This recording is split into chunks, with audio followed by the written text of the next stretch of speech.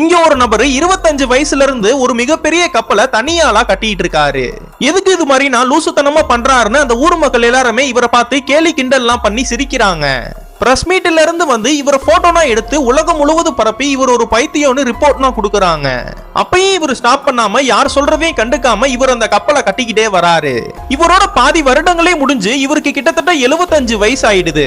எதுக்கு இது மாதிரினா பண்ணுவாருன்னா இன்னும் கொஞ்ச நாள்ல இந்த ஊருக்குள்ள மிகப்பெரிய வெள்ளம் வந்து இந்த ஊரே அழிய போகுது. ஆனா இதெல்லாம் சொல்லியும் அந்த ஊர்ல இருக்கிற யாருமே இவரை நம்ப மாட்டாங்க.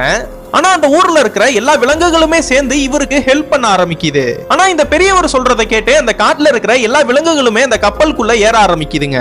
அன்னைக்கு வானனா இருட்டி கருமேகங்கள்லாம் சூழ்ந்து பயங்கரமா மழை பெய்ய ஆரம்பிக்குது. அப்பயும் இவரு அந்த ஊர் மக்கள் கிட்ட எல்லாரும் இந்த கப்பலுக்கு ஓடி வந்துருங்கன்னு சொல்றாங்க. ஆனா அப்பயும் அவங்க நம்பவே மாட்டாங்க.